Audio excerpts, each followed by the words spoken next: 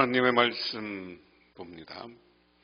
하나님의 말씀은 창세기 26장 12절에서 22절, 구약성경 36쪽입니다.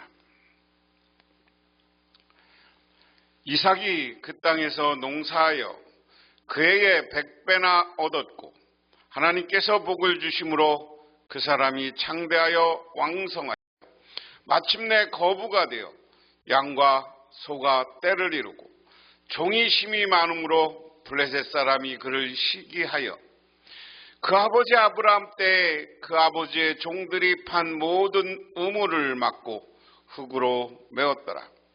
아비멜렉이 이삭에게 이르되 내가 우리보다 크게 강성한즉 우리를 떠나라. 이삭이 그곳을 떠나 그랄 골짜기에 장막을 치고 거기에 거류하며 그 아버지 아브라함 때 팠던 우물을 다시 팠으니 이는 아브라함이 죽은 후에 블레셋 사람이 그 우물을 메웠음이라.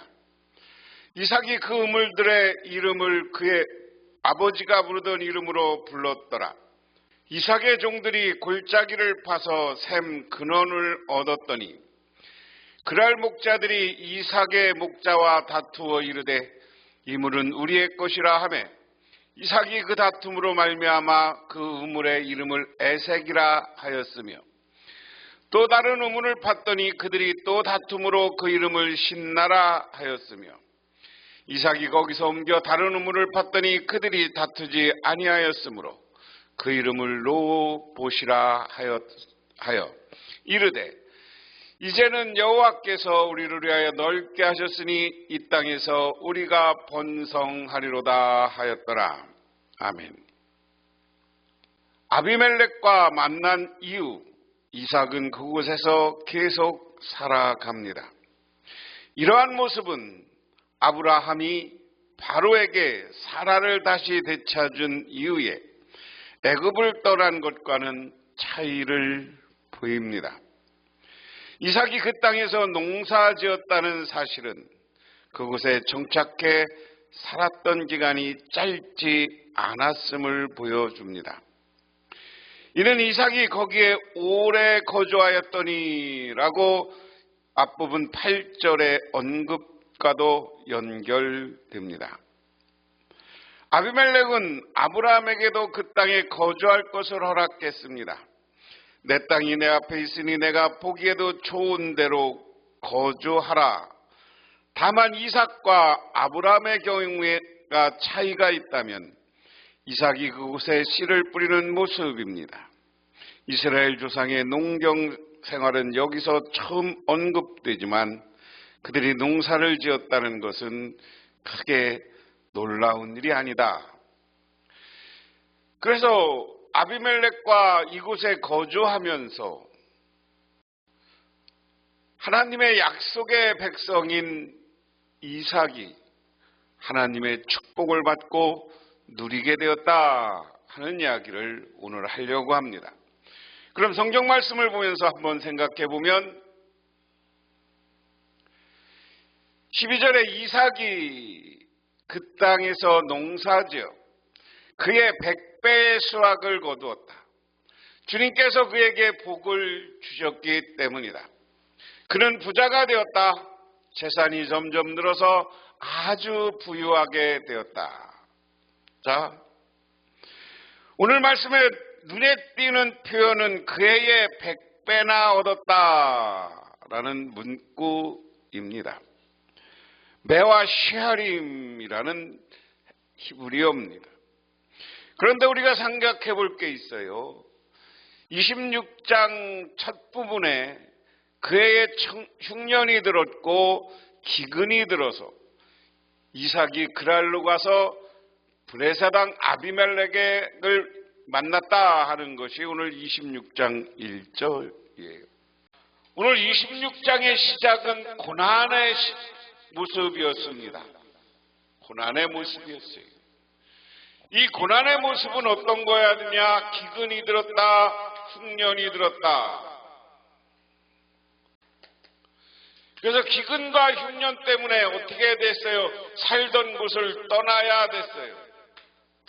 떠나서 어디 가냐? 아비멜렉을 만나는 거예요. 그리고 아비멜렉을 만나서 여러 가지 우여곡절이 있지만 아비멜렉이 같이 살자라고 이야기해요.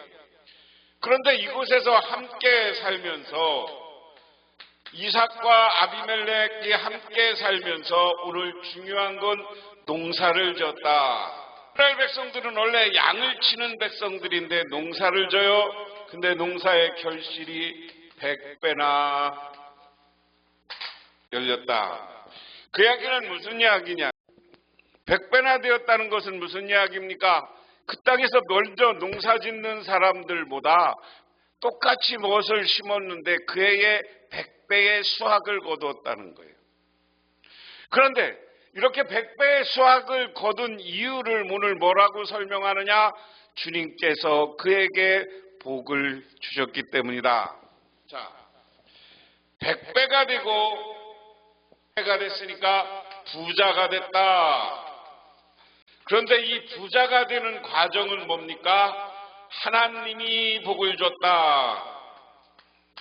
오늘 이 말씀에 여러분들 귀를 기울이시기 바랍니다. 이 땅에서 여러분들이 부자가 되고 복을 받아서 잘 사는 것은 주님이 여러분에게 복을 주셨기 때문이에요. 그래서 우리는 주님이 복을 주셨기 때문에 주님께 감사하면서 살아야 돼요. 내가 잘나서가 아니란 말이에요. 그래서 우리는 늘 하나님께 감사하고 하나님께 영광 돌리는 삶을 살아가는 것이 오늘 약속의 백성, 하나님의 믿음의 백성이 걸어가야 될 일이다. 그래서 13절에 그는 부자가 되었고 재산이 점점 늘어서 아주 부유하게 되었다. 오늘 13절 말씀처럼 우리 북명교회 성도님들, 이 말씀 듣는 성도님들, 개역 개정성경으로 보면 그 사람이 창대하고 왕성하여 마침내 거부가 되어 하는 말씀처럼 여러분들이 하나님의 믿음대로 살고 하나님이 준 축복에 감사하면서 살아서 여러분들도 거부가 되고 창대해지고 점점 왕성해지기를 주님의 이름으로 축원합니다. 그가 양떼와 소떼, 남종과 여종을 많이 거느리게 되었다.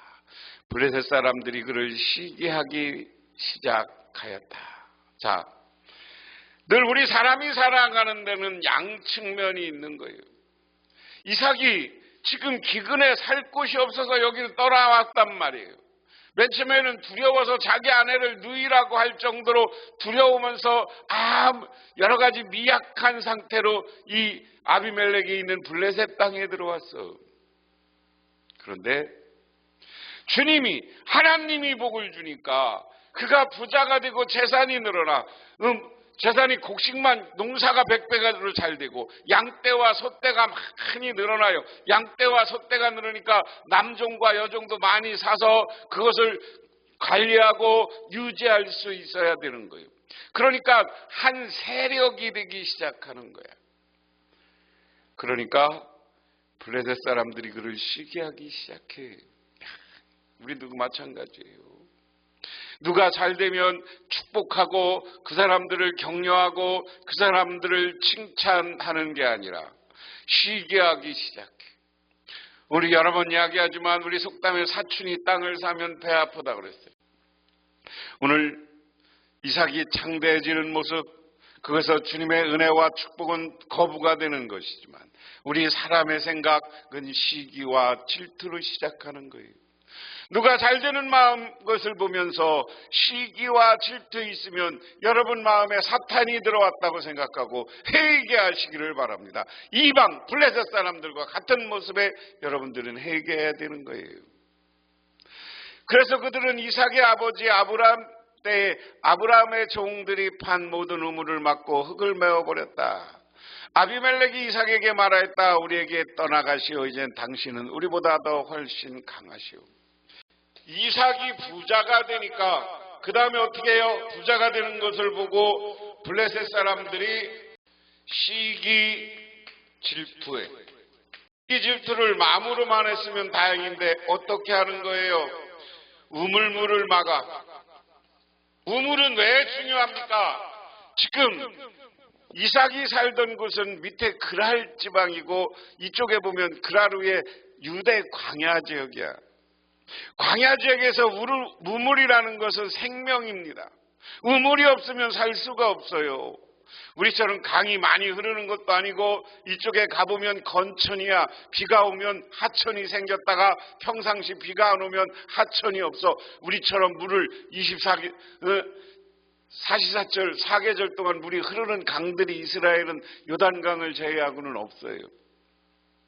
그런 곳에 살아. 그러니까 우물을 파서 그 우물을 중심으로 해서 마을을 이루어야 되고 그 우물을 중심으로 해서 양을 먹이고 소를 먹이고 그리고 사람들도 그 우물을 먹고 살아야 되고 그 우물을 통해서 농사도 져야 되는 거야. 그러니까 이게 생명줄이야. 그러니까 시기 나니까 저 우물을 막고 흙으로 메워버려. 이렇게 되니까 아비멜렉도 그전에는 왕으로서 너그러운 사람이었지만 이삭에게 이제 당신이 우리보다 훨씬 강하니 우리를 떠나가시오라고 해서 오늘 이삭을 떠내보는 이야기입니다. 그 다음에 이야기에 다툼을 피해 우물을 파다. 이삭은 그곳을 떠나서 그랄 평원에다가 장막을 치고 거기에 자리를 잡았다. 이스라엘 지도인데요. 여기가 예루살렘이고 여기가 브엘세바 그리고 여기가 그랄입니다. 지금 이삭이 아비멜렉과 이쪽 지역에서 사해 중심 쪽의 이쪽에서 같이 살았어요. 이게 네게브라는 곳이고 여기가 그랄 계곡이다 그랬습니다. 여기서 살다가 여기서 잘 되니까 시기 질투를 해. 그러니까 아비멜렉이 떠나라 그러니까 그랄 지방으로 와서 살게 되었다 하는 겁니다. 이삭은 자기 아버지 아브라함 때 팠던 우물들을 다시 팠다. 이 우물들은 아브라함이 죽자 블레셋 사람들이 메워버린 것이다. 이삭은 그 우물들을 그의 아버지 아브라함에 부르던 이름대로 그대로 불렀다. 이삭의 종들이 그랄 평원에서 우물을 파다가 물이 솟아나는 샘줄기를 찾았다. 자, 아까 이야기한 곳에 그랄로 와요. 이삭은 그곳을 떠났지만 그랄 지역을 떠나지 않았습니다. 그래서 그랄 지역에 와서 여전히 그들이 필요한 것은 이스라엘 사람들과 이쪽 사막 광야 지방에 사는 사람들은 반드시 자리를 옮기면 샘을 먼저 파야 되는 거예요. 아까 이야기한 것처럼 샘이 생명의 근원이고 그게 존재할 수 있는 근거이기 때문에 그렇다. 그래서 그곳에 와서 아브라함의 종들이 우물을 팠던 것처럼 이삭의 종들도 우물을 그곳에서 팠다는 거예요. 그러니까 우물을 파다가 보니까 어떻게 합니까? 거기에서 엄청나게 우물이 쏟아지는 평원에 물줄기가 솟아나고 샘줄기가 솟아나. 그래서 샘물이 나오면 거기가 오아시스에 오늘 이야기하면 그곳에 물이 흐르고 물이 샘에서부터 물이 흐르면 그곳에 많은 사람들이 모여 살 수 있는 거예요. 이것도 하나님의 은혜예요. 그런데 샘이 터지는 바람에 그랄 지방 목자들이 그 샘줄기를 자기들 것이라고 주장하면서 이삭의 목자들과 다투었다. 우물을 두고서 다투고 해서 이삭이 그 우물을 에색이라고 불렀다. 자, 오늘 그래서 샘물을 파면 블레셋 사람들이 와서 시비를 걸어. 야, 이거 우리 거야. 우리 우물물 같이 먹자. 우물이라는 건 이 당시 소유권이거든요. 우물을 묻는데 서로 내 거라고 주장해. 이렇게 다퉈. 그래서 이것을 에색이라고 해요. 이삭의 종들이 또 다른 우물을 팠는데 그 지방 목자들이 또 시비를 걸었다. 그래서 그 우물을 신나라 하였다. 에색과 신나였습니다. 그 위치는 지금 지정하기는 어렵지만 두 우물의 이름은 싸움과 대적이라는 부정적인 의미를 갖습니다. 싸우던 우물이다. 그런데 오늘 여기 중요한 게 있어요. 이삭은 그 우물들을 싸움, 대적이라고 붙이면서 거기서 싸운 게 아니야. 피해가. 그게 22절이에요. 이삭은 거기서 옮겨서 또 다른 우물을 팠는데 그때는 아무도 시비를 걸지 않았다. 그래서 그는 이제 주님께서 우리가 살 곳을 넓히셨으니 여기에서 우리가 번성하게 되었다 하면서 그 우물 이름은 노후못이라 하였다. 마지막 세 번째 우물은 느호못이라 불렀는데 이 일은 넓히다라는 뜻과 동일한 어근을 가지고 있습니다. 다시 말해서 이곳을 중심으로 해서 이삭이 번영하고 땅이 넓어질 것이다. 오늘 우물을 피해서 파는 문제에 있어서 이삭의 삶의 방법이에요. 어디 가서나 다투거나 대적하지 말고 피해. 오늘 얘기하면 평화야, 공존을 선택한 게 오늘 이삭이야. 싸우지 않고 공존을 선택했을 때 하나님이 새로운 길을 인도해서 거기서 우물이 나오게 했고 그곳을 하나님이 넓혀주는 곳이라고 생각하였습니다. 그리고 여기서 번성하게 될 것이라고 생각합니다. 오늘 저는 이 말씀을 보면서 우리 교회가 이제 새롭게 새로운 비전과 소망을 가지고 어느 교회와 통합하고 이전할 때 그곳이 아버지 하나님이 번성하게 하고 아버지 하나님이 평화를 누리고 하나님의 축복이 임하는 그 약속의 우물이 되시기를 주님의 이름으로 축원합니다. 이삭이 농사 짓는 모습은 이전에 볼 수 없었던 것으로 상당히 독특합니다. 이제까지는 유목 생활을 하는 이스라엘 조상의 모습만 언급되었을 뿐입니다. 그러나 이스라엘 조상이 농경 문화를 전혀 몰랐다고 해석하는 것은 경계해야 합니다. 이삭은 농사를 지어 100배나 되는 결실을 맺었습니다. 본문은 이를 통해 하나님이 이삭과 함께 계심을 보여줍니다. 앞에서 이삭은 하나님의 명령에 순종했음에도 불구하고 어려움을 겪었습니다. 그러나 본문은 이삭이 복을 받고 있음을 짧지만 분명하게 서술합니다. 이삭이 복을 받은 것은 긍정적으로 보입니다. 그는 거부가 되었습니다. 그런데 이것은 이삭이 블레셋 사람의 시기를 받은 원인이 됩니다.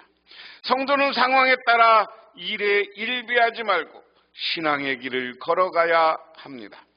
아비멜렉은 거부가 된 이삭을 떠나라고 요구합니다. 이 요구는 출애굽과 관련해 큰 의미가 있습니다. 이러한 사실은 이삭 이야기가 단지 과거의 사건으로 남아있지 않고 당연한 시대의 독자 교육을 하고 있음을 보여줍니다.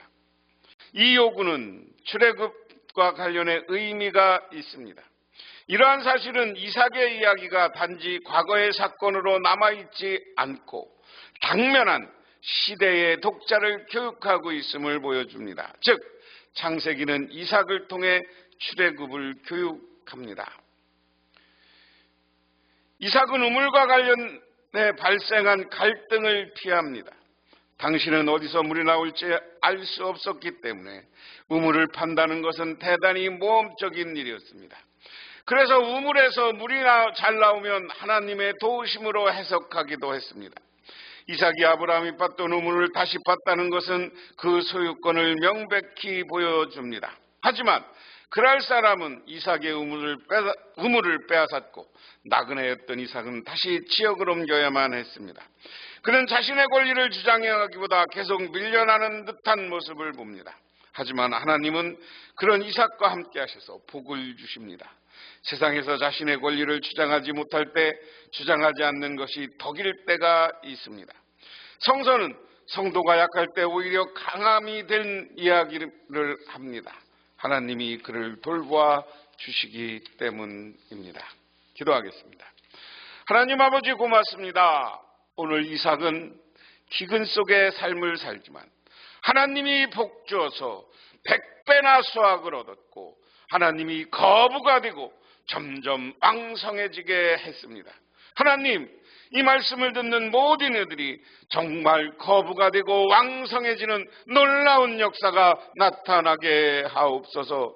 우리 북명교회 성도님들 또한 우리 가족들에게도 거부가 되는 축복이 있게 하옵소서. 저와 저에게도 그러한 기적이 나타나게 하옵소서. 예수님 이름 받들어 기도드리옵나이다. 아멘.